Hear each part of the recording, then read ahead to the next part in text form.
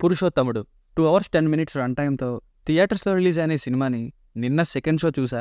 ఇక చూసాక నాకైతే నచ్చలేదండి. ఫస్ట్ హాఫ్ పర్లేదు కానీ సెకండ్ హాఫ్ మాత్రమే కంప్లీట్‌గా మిస్‌ఫైర్ అయిందని చెప్పాలి.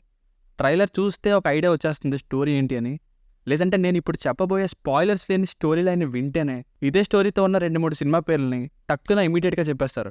అంత రొటీన్ అండ్ అవుట్‌డేటెడ్ స్టోరీ. పోనీ రొటీన్ అయినా సరే ట్రీట్మెంట్ అయినా బాగుందా లేదా అంటే very ordinary and melodramatic treatment. రైతుల కోసం చాలా సినిమాల్లో చెప్పినట్టే, చూపించినట్టే ఇందులో కూడా చెప్పారు. రాజ్ తరుణ్ గారి వరకు పర్ఫార్మెన్స్ వైజ్ బాగానే చేశారు. బట్ నా వరకు సినిమా అయితే నచ్చలేదండి. ఫ్యామిలీతో చూడొచ్చా అంటే ఒక్కచోట సడన్ లిప్ లాక్ ఉంటుంది ఫస్ట్ హాఫ్‌లో. అదేం ప్రాబ్లం ఉండదు. సో ఫ్యామిలీతో చూడొచ్చు.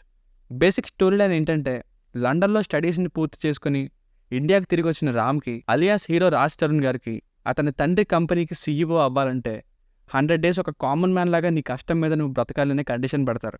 అప్పుడు ఆ 100 డేస్ ఏం చేశాడు, సక్సెస్ఫుల్గా 100 డేస్ని ఫినిష్ చేశాడా లేదా, చివరికి ఏమైంది అన్నది స్టోరీ.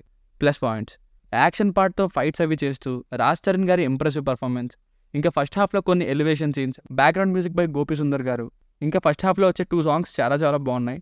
రిచ్ ప్రొడక్షన్ వాల్యూస్, మధ్యలో ప్రవీణ్ గారి కామెడీ, ఇవి plus points. Minus points, story కంప్లీట్గా routine and outdated guys. Villains రోల్కి కాస్టింగ్ అస్సలు బాలేదు. అండ్ వాళ్ళు కూడా అంత బాగా యాక్టింగ్ చేయలేదు. ముఖ్యంగా రమ్యకృష్ణ గారి కొడుకు రోల్ చేసినతనైతే యాక్టింగే రాదని ఫీలింగ్ వచ్చింది డైలాగ్ డెలివరీ అది చూస్తుంటే.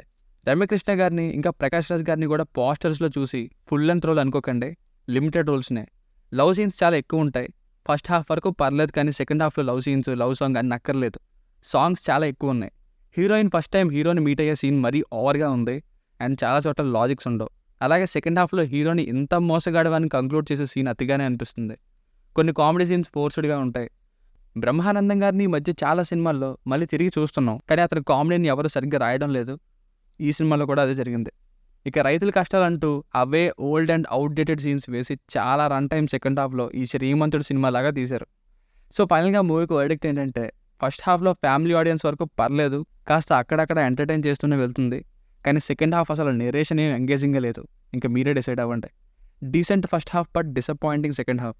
దీనికి రేటింగ్ వచ్చేసి ఇది నా ఒపీనియన్ 2.5/5. మీకు కనుక నా రివ్యూ నచ్చినట్లయితే మరిన్ని రివ్యూస్ కోసం మన ఛానల్ని సబ్స్క్రైబ్ చేసుకోండి. Thank you.